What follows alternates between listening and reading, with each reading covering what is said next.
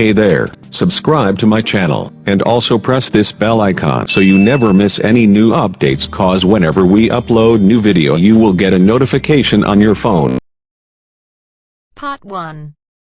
You will hear a student and an advisor talking about facilities at a college. First, you have some time to look at questions 1 to 5.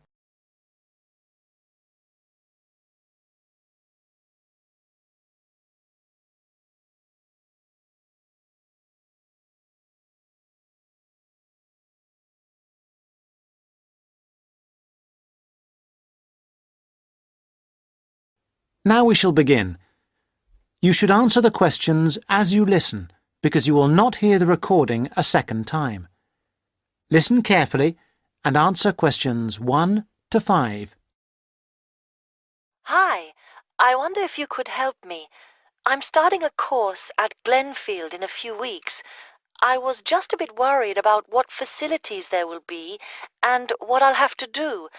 I'm especially interested in health and welfare stuff. Certainly. We normally send out a copy of our leaflet, Staying Healthy at Glenfield. I'm not sure why you haven't had it. Well, could you answer a few questions for me? Firstly, I'm wondering about how I get a doctor when I arrive. Well, you can register with the University Health Centre on North Campus. And do I have to pay for that?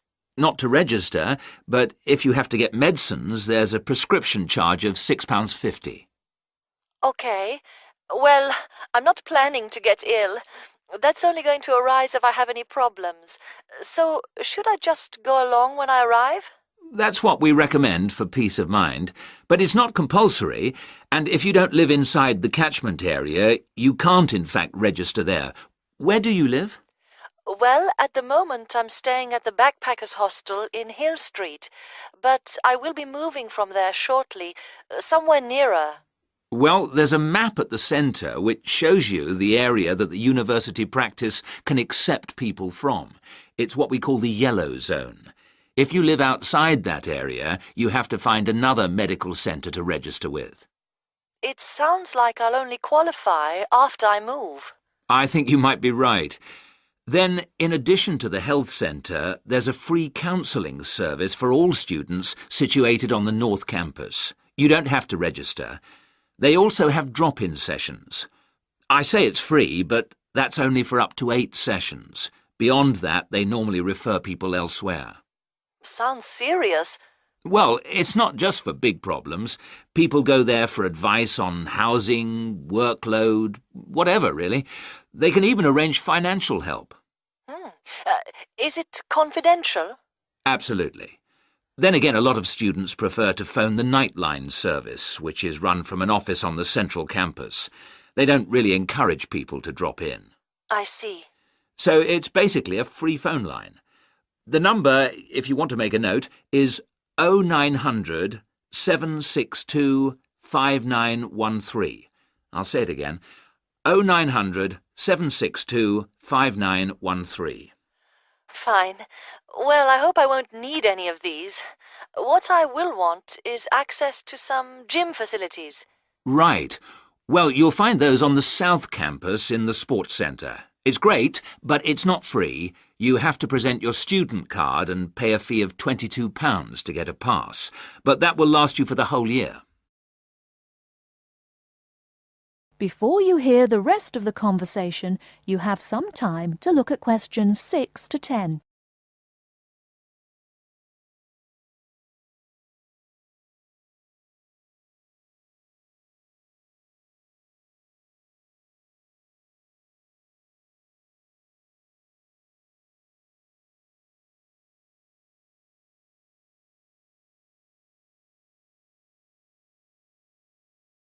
Now listen and answer questions 6 to 10. Is this information on the website? I'm afraid not. I can send you some leaflets or even resend the whole information pack if you give me your details. Could you send the whole information pack, please? Yes, that's fine. I'll have to take down some details. Could you tell me your full name? Sonia Orr. S-O-N-Y...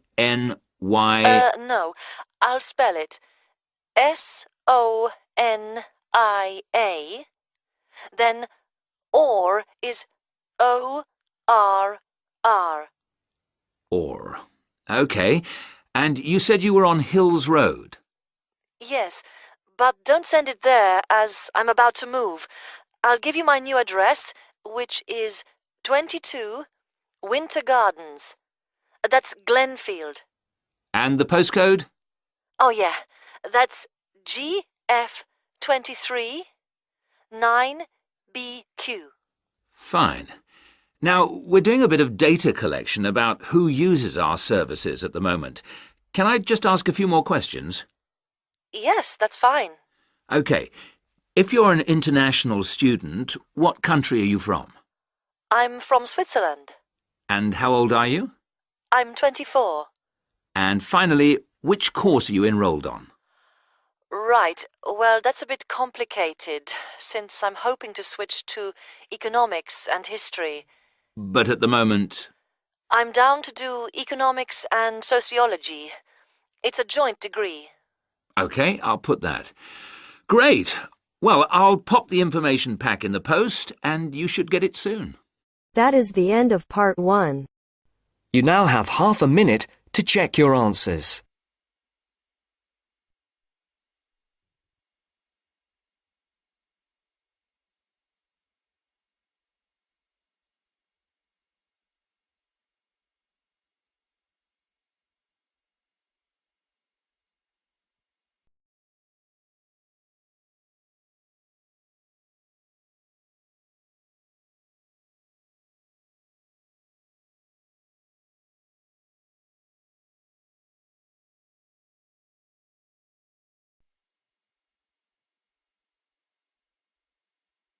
Now turns to part 2.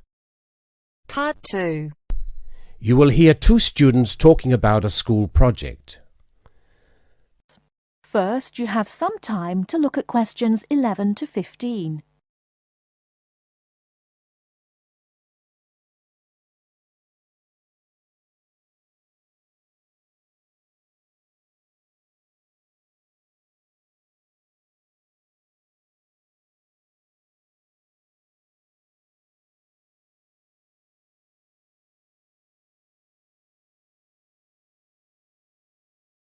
Now, listen carefully and answer questions 11 to 15. Hi, Lynn. How's your project coming along? Oh, not very well. I've got all the information, but I can't seem to organise it into a presentation. Well, you'd better hurry. You only have one more week. Yes, that's okay. It's just that... Oh. Well, why don't you try your presentation on me? Maybe I can help. Oh, really? Great! OK, well, I've chosen solar power for my subject, and I'm going to talk specifically about domestic water heating. You know, like the ones popular in America. I've got some facts here. Oh, that's good. But just start your presentation from the beginning. Oh, right. Well, here we go then. There are many reasons why we should be looking elsewhere for energy sources. As most people are aware, fossil fuels and other such non-renewable sources are by definition finite, so something needs to be in operation soon. Currently, there are a number of alternative energy sources available which can, with a little preparation, be used to provide for a significant part of our domestic energy requirements. In this presentation, I am focusing on solar power and its application as a domestic water heater. As a renewable energy source, solar power is in many ways ideal. The amount of the sun's energy which reaches the earth every minute exceeds the energy that the global population consumes in a year. Although scientists argue that it is not finite, sunlight is certainly a long-lasting resource which is not depleted through use, and solar power converters use this energy without needing any complex moving parts. Once collected and stored, solar energy can be used for many purposes, but it is becoming increasingly popular as a domestic heating source. Generally, a building that is heated by solar power will have its water heated by solar power as well, and this has even worked in areas that are not exposed to long hours of direct sunlight, such as the United Kingdom, although not so well as in warmer climates. Why have you stopped? Well, that's all I've got so far. Oh, well. Start by talking about how effective it is. Oh, OK. Well, there are a number of factors that influence how efficient solar power can be. The first, obviously, is the amount of sunlight, and this is dependent on season, time of day and climate. Although the UK has something of a bad reputation for sunshine, it is actually quite productive during some parts of the year. Given a sufficient size of solar panel and water storage tank, solar power can provide all of our water heating requirements in June and July, and even provide the majority until October. From October to the end of the year, this figure falls dramatically. December is the least productive, being able to supply less than 5% of the average household's hot water requirement. It is at this point that solar power needs to be supplemented with a more traditional form of heating. From January, solar power becomes more effective at a rate of about 20% per month, although this rise decelerates to around 18% by May.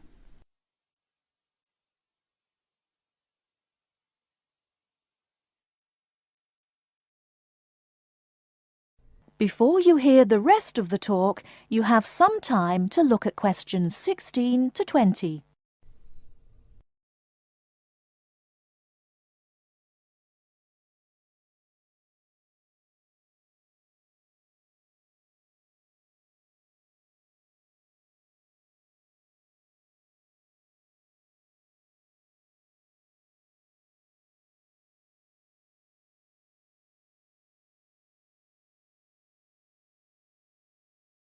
Now listen and answer questions 16 to 20.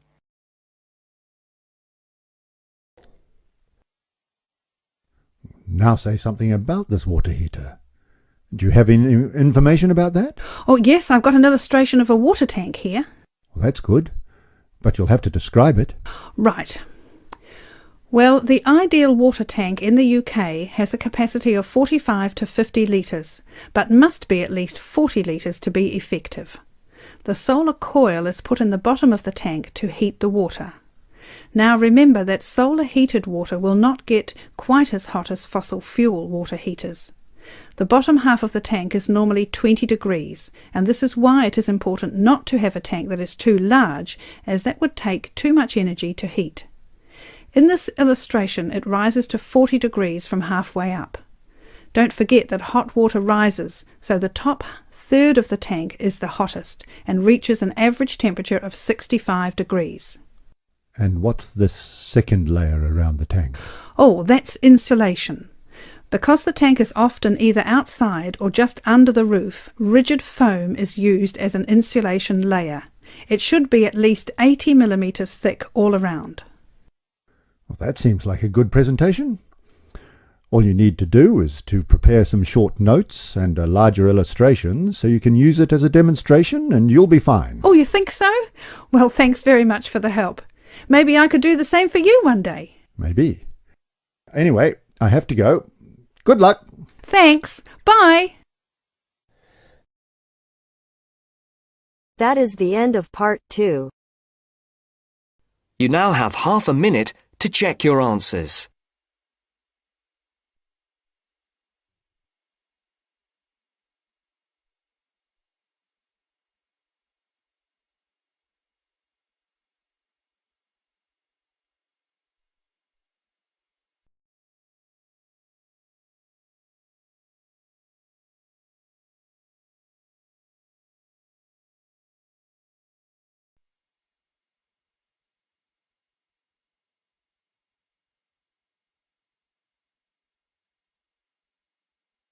Now turns to part 3.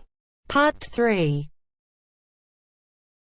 Mr. Jackson, who feels that he is physically unfit, is consulting with his doctor about his health condition. Before you listen to their conversation, you have a chance to read questions 21 to 24.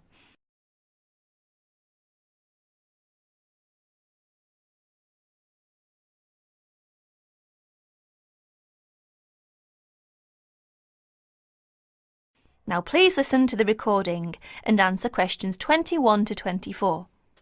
Well, Mr. Jackson, The first and important thing I have to tell you is that there is really nothing seriously wrong with you. Physically, that is. My very thorough re-examination and the analyst's report show that basically you are very fit. Yes, very fit. So, why is it, Doctor, that I'm always so nervy, tense, ready to jump on anybody? My wife, children, colleagues. I think your condition has a lot to do with, shall we call it, way of life, habits? Way of life? Habits? Yes. Now tell me, Mr. Jackson, you smoke, don't you? Yes, I'm afraid I do, Doctor. And rather heavily, I imagine. Well, yes. I smoke, what, about 40, 50 a day, I suppose. You should do your best to stop, you know. Yes, I see. But, well, it won't be the first time. I've tried to give up smoking several times, but it's no good. You see, 50 a day is overdoing it, you must admit. You must cut down at least that. Ah, yes. I know that when you're feeling tense, you probably feel that a cigarette relaxes you. But in the long run, I do advise you to make a real effort to quit smoking. Of course, but, well, it's easy to say give it up or cut it down, but, oh, you know. Well, in my opinion, you have no choice. Either you make a real effort or there's no real chance of your feeling better. You see, well, obviously I could prescribe some kind of tranquilizer, but would that help? I'd prefer, and I'm quite sure you'll agree, I'd prefer to see you really back to normal, not just seemingly so. And that's my reason for asking you several more questions about your other habits. Right. Now you have a chance to read questions 25 to 30.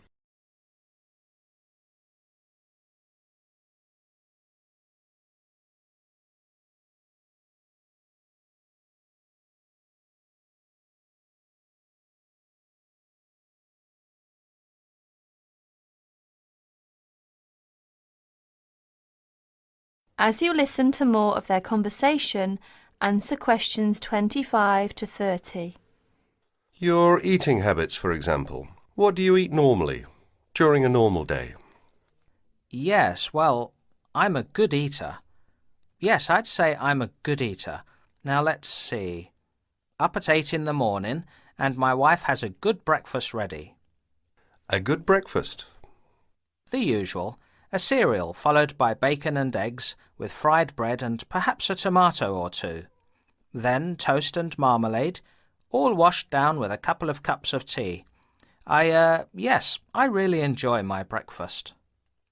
Yes, I can see you do, but I'd advise you to eat rather less. We'll come to that later. Go on. Then lunch. No, first brunch. A cup of coffee and a bun at 11.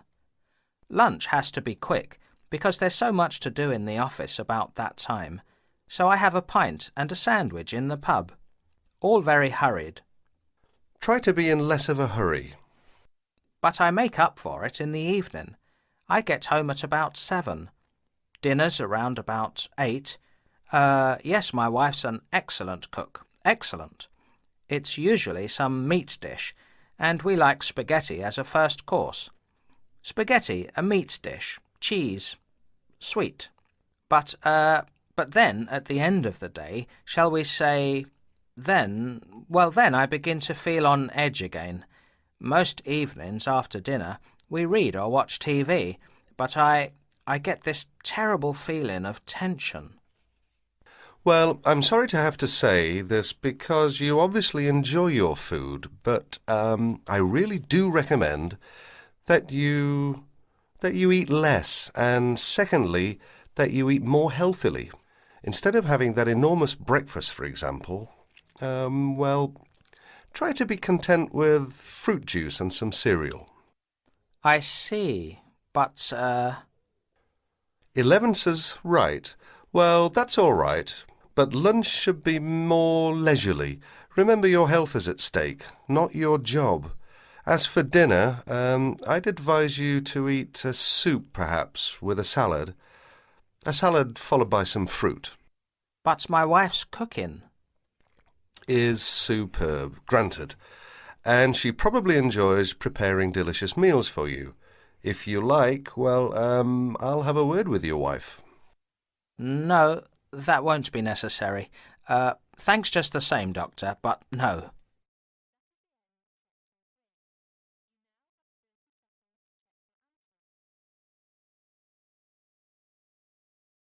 That is the end of part 3.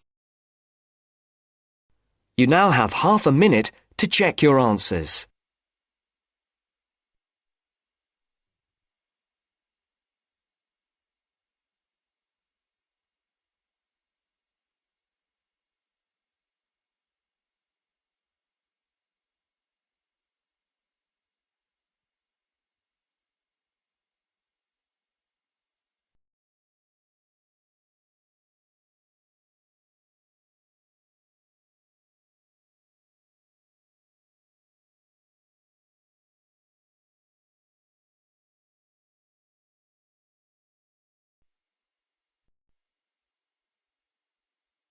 Now turns to part 4. Part 4. A second session on interview skills. First, you have some time to look at questions 31 to 40.